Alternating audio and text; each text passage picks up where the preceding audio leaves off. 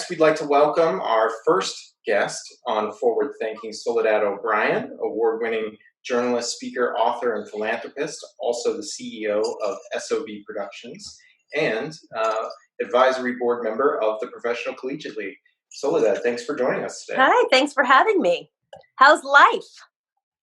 You know, self-isolation. It's different, that's for sure. In fact, this very evening, this won't be available for a couple of days, but this very evening we were all supposed to be together in Atlanta, but unfortunately that wasn't to be. So Nope. Adapting as we all have to these days. So thank you again, though, for joining us. This is great. We had a lot of folks say that they still wanted to hear from you and the other guests that we had arranged for the event. And so we thought there was no better place to start than you. It's my pleasure. Thanks for having me. And thanks for having me as part of the advisory board as well. I think in our first meeting, I said something like, what I know about the sport could fit on the head of a pin.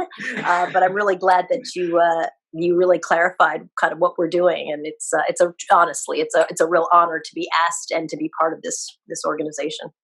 Well, thank you. Yeah, it's sports is only a small piece of this. We certainly don't stick to sports here. And, having somebody such as yourself being able to join and provide the incredible information that you're able to as it relates to whether it's production or social impact. And we're going to get into all the things you've done in your career and what you're currently working on. We can kind of dive right in. You've covered a lot of incredible stories and major stories throughout your life. I've been around for a long time. I think that just happens over time. This is my 32nd year, which means that literally I have just ticked through. I used to interview Dr. Fauci about HIV/AIDS back in the day. And he was remarkable then. So it's very strange to see him. He's a little bit of the Energizer Bunny, continuing to talk about coronavirus and doing those briefings. He's a real asset, I think, to these conversations. Absolutely. When he's allowed to participate. With that in mind, what really in the beginning, what drew you to the news? The beginning, what drew me to the news was I was pre-med and I realized that I didn't want to be a doctor. So what drew me to the news was it was not medicine. And I didn't know what I was going to study after I decided not to go to medical school. I was taking organic chemistry with my sister, who's now a surgeon. And I just remember thinking, in fact, she said it to me, you're not passionate about understanding it. You're a good student, so you can memorize and regurgitate the things you need to know. But a scientist needs to want to understand. So I started working at a newsroom and I loved it. And I mean, I was getting people coffee and opening mail and answering phones. So, but it was all about multitasking. And I liked the idea of a show every day, trying to gather information and present stuff as fast as you possibly could, as accurately as you could. And then having the opportunity, if it went well or if it went badly, to do it all again the next day. And I really was, I think it was just an apprenticeship. So I started off literally removing staples from the wall at WBZ TV, all 3 floors in Boston, which is a great sports town, obviously, and a great city for news.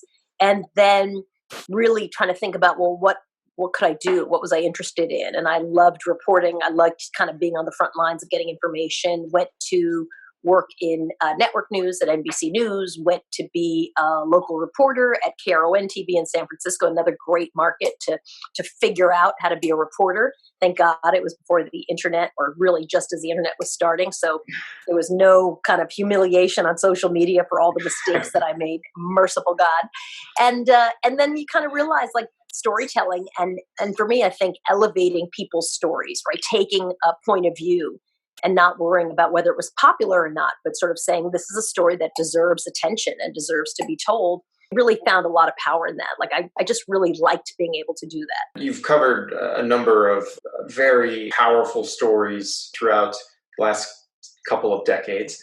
Is God, there any when you say it that way, that's it. I'm out of here. We found the moment. Is there any one or two in particular that when you think back on, you're really proud of what you guys were able to do from the storytelling perspective?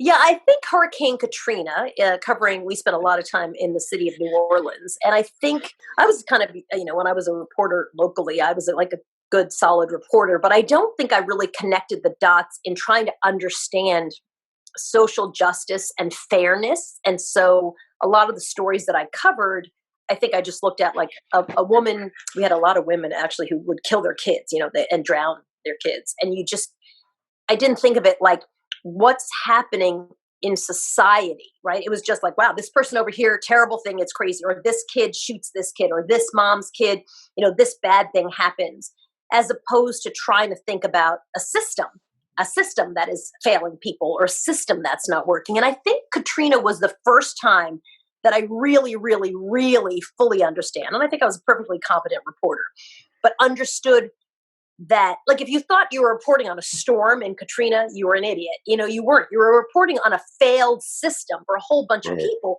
who happened to be stuck in the aftermath of a storm. And I think it then dawned on me, like, wow, really explaining to people why some people can leave and why some people can't, why things happen, why do poor people live in the lower ninth ward? Why do some people live in high ground and some people live in low ground? I mean, it might sound so simplistic, but I don't think the news really, before that, thought about, these are American citizens and we really aren't getting supplies and help to them. And why not? What is the failure? Why are we failing American citizens? And so I think that was the first time that I really understood kind of the correlation of poverty and race and access and systems failing people. And so after that, we started doing documentaries, Black in America, Latino in America, where we do a deep dive into a community and I think try to connect the dots for people about access or how someone is perceived in a community and what the implications might be down the road. And I don't know that had been done a lot on network television or done outside a kind of a once every 10 years special. And so I think that for me was the first time that I became known for looking at social justice and issues of, how people are treated and how people live as very newsworthy and worth digging into, and not just the headline, but kind of the everything else around the headline, if that makes sense. That makes a lot of sense. I want to say, before I get into my question, I was in New Orleans, during Katrina, and so that was a big, I guess, mental shifting moment for me as well. Learning to the degree of which the city that I was living in, the desperation that existed in that city, which wasn't clear to me before Katrina.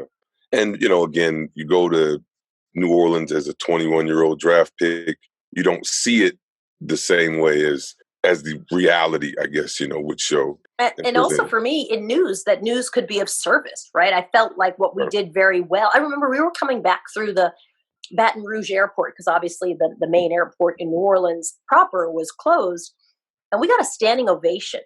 I remember I was discussing, we'd go in for 3 weeks and then come out, and I was dirty. My hair was gross. So I had a CNN baseball cap on, and I just remember people applauded us. And I was like, oh crap. Like, if you actually serve people and push back and ask tough questions, and if you're the voice of people who can't get there, but they want to understand what's happening, like, that's the role. Do you not understand? Like, that's serving people, not just breathlessly reporting on a headline about a shooting and standing on someone's lawn saying, oh my goodness, this has just happened here, but really digging into information for people. I think that was the other piece for me. Like, oh shit, you could actually serve people. Like, that's the job.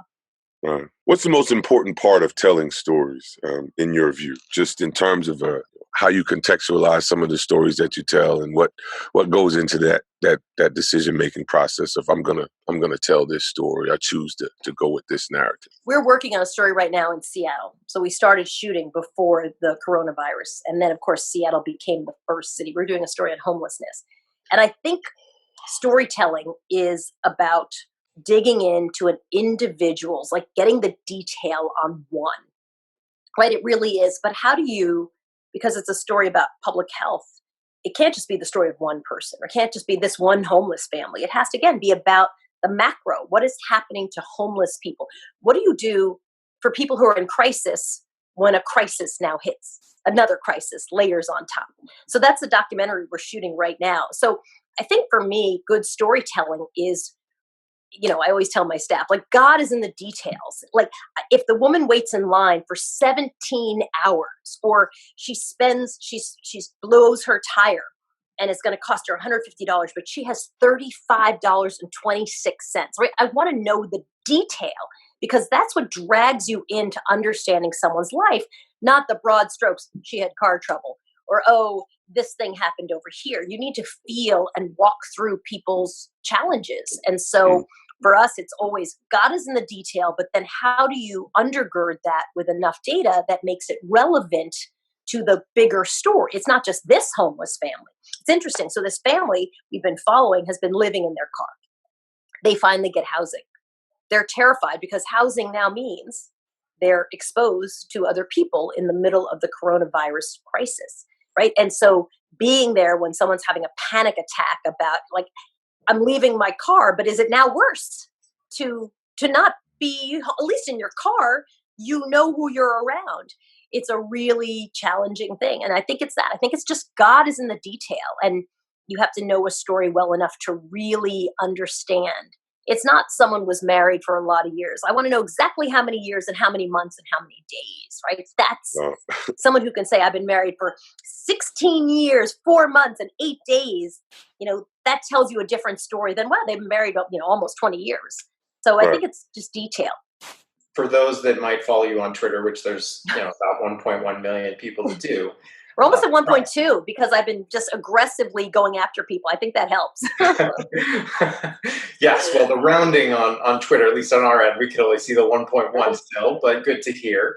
That context, I think, is probably one of the critical reasons why you have been, some would say, demanding of the mainstream media, of providing that context and of positioning stories in the appropriate way. What is, part of leaving CNN, going out on your own? You have all of these different things going on the entrepreneurial side now, which has allowed you to really say what you want to say. I love journalism. I have to just tell you, I love journalism. I love storytelling. I love reporting. I love all of that. And I get to kind of dip my toes into documentaries and into a show. We do a show called Matter of Fact. That's a once a week kind of policy show. And obviously reporting for Real Sports for HBO. So I just feel like I have a lot of opportunities to kind of do what I want. What I like about Twitter is that you're unfiltered and you get to talk directly to people. And I do get very frustrated that a lot of the coverage right now about what's happening out of the White House is covered from the point of view of White House correspondents. So, for example, we're in the middle of a global pandemic. This is the worst public health crisis in 100 years. And yet everything is, who won the day? How did he seem? How did he come across? Did the president seem bold? Did he seem strong? Did he seem weak? Did he seem challenged, right? That's not how you cover a global pandemic. You don't allow misinformation. You inform people. And so I've been very frustrated that we keep taking live the president's pressers because they're full of misinformation and just out and out lies. And again, I think information is very important. Even wrong information needs to be seen in some capacity, but you have to frame it as in this thing is inappropriate, as opposed to taking it live and then after the fact saying, hey, that thing 30 minutes ago, oof, let me point out the 10 mistakes. That's just insane. And you wouldn't do it for anybody else. And I think the media just hasn't figured out how to cover mistruths and lies when they come from a very, the very top of the administration. There's just every day lots and lots of errors and inaccuracies. And I think when you're in the middle of a global pandemic, you do tremendous harm by allowing that to be platformed, right? When you're a national organization, you give your platform, right? If you bring someone and say, Soledad, let me introduce you to this person, you give of yourself to give that person credibility. So TV networks, I would argue, should stop carrying that live when you know it's full of mistruths and inaccuracy and lies. And you can carry it taped. You can frame it as this thing was wrong. Here's the president saying something that is untrue. Here's the president encouraging people to use a certain kind of drug that is unproven for people. Otherwise, I think it's very risky. And sometimes I do feel like I'm shouting into the wind a little bit because, listen, it's a ratings win for networks. And I don't know that they're ever going to say, do I turn away from a ratings win? So maybe that's just a waste of time to point it out. But I think it's a mistake. Where would you, without getting into my own definition, I would love to know where or what do you make of the state of journalism today? The best way I can put it is I've always felt like journalism is the art form or is the actual job that people do to bring the masses or information, and the media was the mechanism by which journalists used to get and reach people and deliver their journalism. I guess that's the best. I'm just trying to figure out where you feel the state of journalism is today. So I think for local news, it's a mess, right? Because there's tremendous layoffs and it's unfunded, and most local reporters make almost no money. Incredibly, just not. And we've seen already in this crisis so many people who've lost their jobs. I think the challenge is that journalism has really figured out that they want to be entertainment, right? And the minute, it's a very easy test for me, which is, are you educating people? Are you serving people, right? Like literally, you could just say to yourself, are we serving people? Are we serving the people we say we're here to serve? Well, if you were serving people, you say, okay, so then we can't run this presser live, obviously, but we have to come up with another way. It's very important to have a record of what the president, by de facto, he's the president. We have to cover him in some capacity. We don't have to hand him a live mic to do it. We could delay it. We could frame it. We could do it differently. And so I think journalism is really struggling right now because they don't understand how to cover a person who really understands that having just the platform to bully, to make fun of people, to challenge people, and he really uses it very well. They're just not used to how it goes. And so they do this thing that giving platform to a lie. So if I run around and just give platform to a lie and run around all the national stations saying something that is untrue, there's a really large number of people who are going to just agree and believe me just by virtue of saying it. And I think that they haven't figured that out yet. So I'm constantly on people, certainly on Twitter. Like, you can't just say, the president says the moon is made of cheese. Like, that's a terrible tweet because there's a whole bunch of people who are going to say, oh, it's a fact. You're giving it a platform. You obviously are condoning it in some capacity. Whereas very easy to say, the president wrongly says. The president says the moon is made of cheese. Scientists disagree with him. Right. They say the moon is made out of blah, blah. Right. So, I'm using a very simple and silly example. But journalists have been very caught flat-footed. So you just have constantly this misinformation that's actually been elevated by journalists themselves because they don't understand that what this president does really well is publicity. This is really his strength, right? His PR. Right. And I think by getting a platform to be bombastic and aggressive, he's trying to kind of overtake the messaging. There was someone from the New York Times was writing, she was tweeting the other day. She said, President Trump says this experimental drug is worth pursuing. Dr. Fauci, who's the head of the National Institute of Health, says differently. Dude, I get this idea of these equivalents. David West says this about basketball. Soledad O'Brien feels differently. Who the hell cares what Soledad O'Brien feels about basketball? She's not an expert. Why would you even give her a second to elevate her take on a sport where she's not an expert? And I think that's the challenge, is they just don't know how to deal with that. They just do not know how to deal with that. And that's really problematic, and we're paying the price for it. Do you feel like in the last 3.5 years and, at least for the next 6 months or so, or 8 months, I guess, through the end of the year, that every day is the same day. So it could be whatever. It's like Sunday, is it Monday? Is it Tuesday? Thursday? I never know anymore. And still in sweatpants, same sweatpants. But do you feel like the damage that's been done by this administration, the way that the media has sort of pandered to them, for lack of a better term, in a lot of cases, do you feel like that some of this damage is unfixable? I think America's a really interesting place. And I don't think anything's ever unfixable, partly because this is a nation of people who have a lot of independence and an independent spirit where they'll, for good and for bad sometimes. A whole bunch of people going off to church today with their independent spirit where they should stay home and not be in a church. But, so I never think anything is not fixable. I think what's changed a lot is people have recognized, right, that platforming a lie is a really good strategy. It's a little bit like gaslighting people, right? As long as you say this other thing and you could say it enough times, it seems like it's true. There was a time, the media has this really interesting strategy of trying to make sense out of gobbledygook, right? So let's say if I were going to edit something that you said, I'd clean it up, right? I'd take out all your ums and bah, and I'd then serve to everybody, not whatever crazy thing you said. I'd serve like a cleaned up version of it. Well, that's what happens a lot. So you end up cleaning up what people have said. And I think people are beginning to realize like, oh, I can say anything or do anything or kind of put forward information that's not really true. And now that has a certain amount of carriage because the media hasn't figured it out. So yeah, I think it's going to certainly be a short-term problem. I think it's damaging to journalism itself because I think there's a ton of lost trust in institutions as a whole. I don't think that when the Surgeon General tells people the president's in better shape than me, right? Like that's just the man I believe he's one of the few people could pass like the army fitness test. Right. It's just an overt lie, right? So listen, when you do that, you undermine people's trust in you. They just think you are a full-on bullshitter. And it doesn't matter today, does it matter tomorrow? No, but it might matter in 6 months when you need people to believe something that you're saying. And I think that trust has really been eroded, and that's hugely problematic. Is it unfixable? No. Some people ask me sometimes, how does the media get back its trust? And I'm like, it's very much like, how do you get back your trust in a relationship? You just have to go do the right thing. Stop talking about it.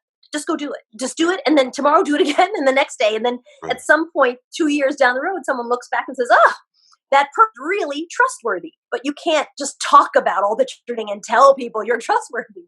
And I think that that's the problem. The media, again, has to go back people and not on one hand saying certain things are really important, but on the other hand, undermining their own point of view.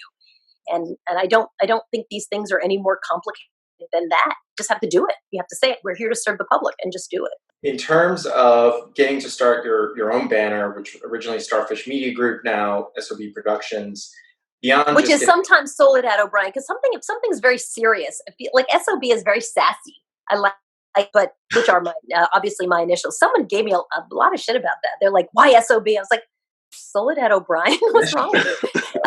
But sometimes for very serious topics, it's actually Soledad O'Brien Productions. We sometimes shorten it to SOB.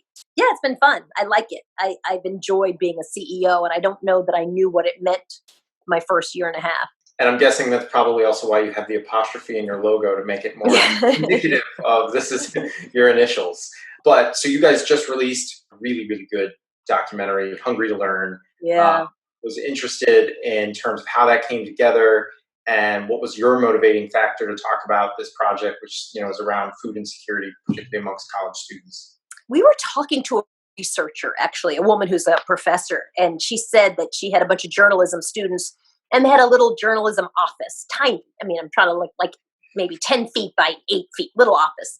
And she said one day she dawned on her that everybody was sleeping in the office, that people were sleeping there, that they couldn't actually afford housing.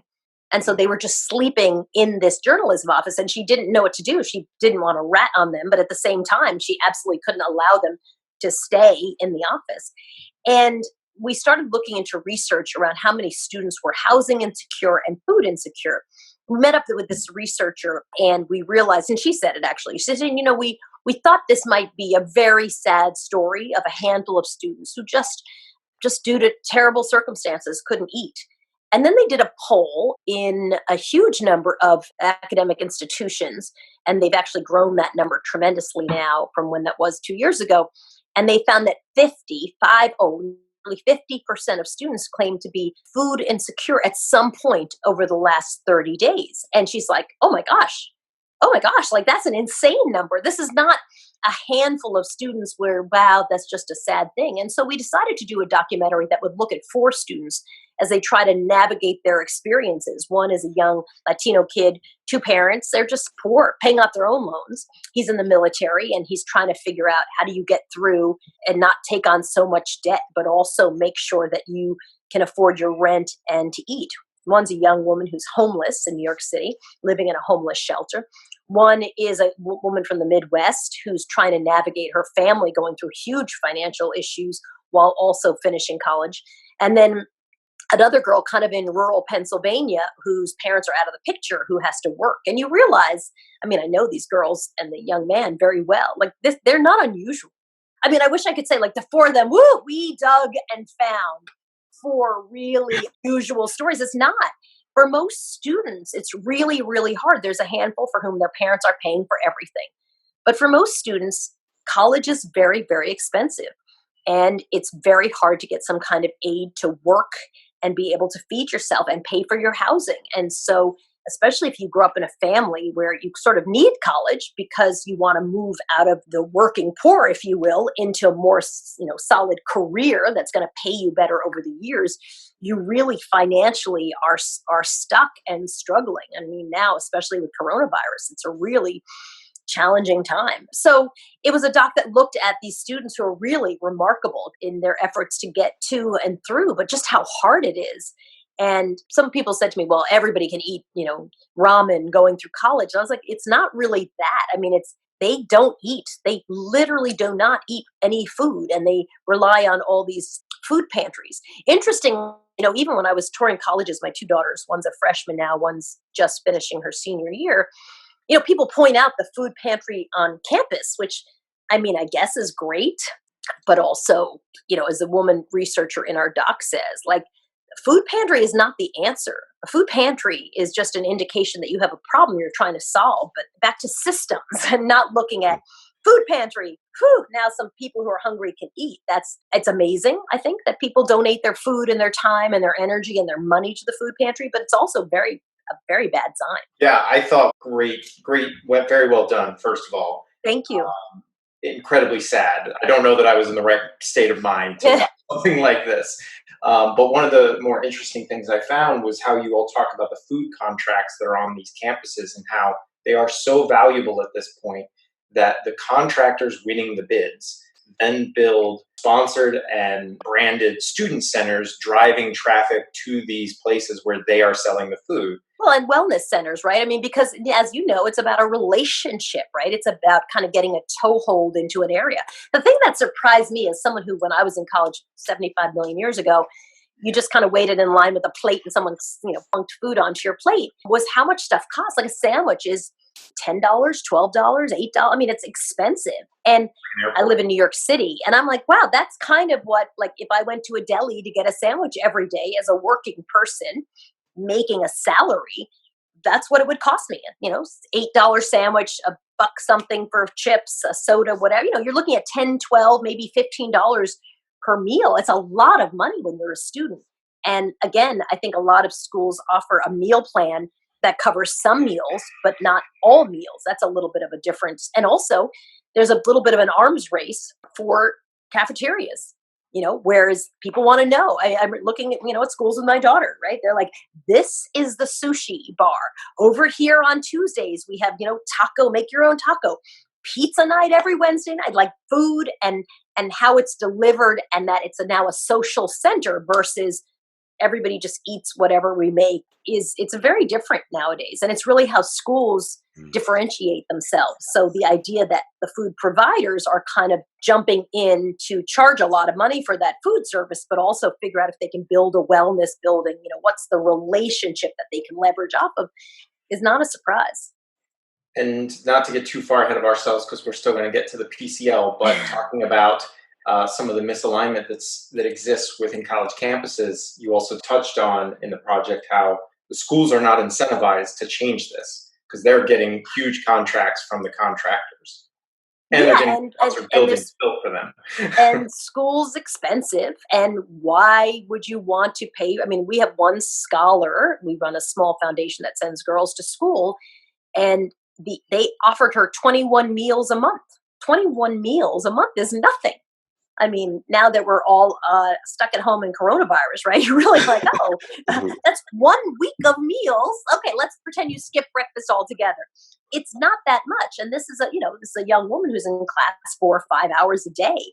It's really not conducive, and there's no other way to figure out how to fund it. So I do think that they have to really start looking at, when we give people aid, we have to think about how they're eating, and that no student should be hungry. I don't think anybody wants, whether they're an elementary school student or a college student, right? I mean, eating is kind of the baseline of what you need to be successful.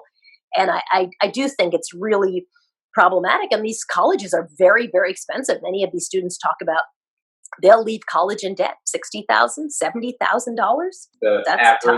The that you guys touched on, $37,172. And that's low for every single scholar who was in, every student who was in that doc. They're much more, they're all in the 60s. Those four are all in the $60,000.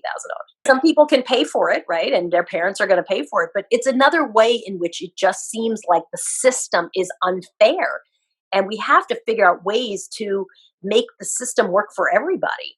I don't think anybody would argue, yes, some students should be hungry and some others, if their parents could pay, should not. That just sounds, I don't think anybody would agree to that. Any projects coming up that you're able to talk to that you're excited about?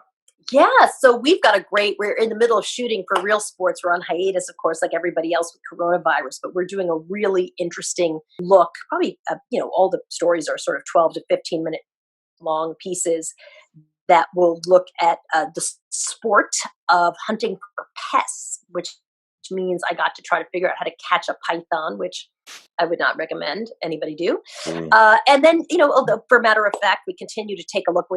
This week we ran a doc about women who raise their children behind bars and actually get to petition the court to go to prison with their kids, because in Washington state, they were trying to figure out, could they lower recidivism if in fact they let the moms let the moms be good moms and recognize that a lot of these women who were incarcerated actually had drug problems or issues. And if you could solve for those issues, taking them away from their kids, maybe that wasn't the greatest strategy, helping them raise their kids.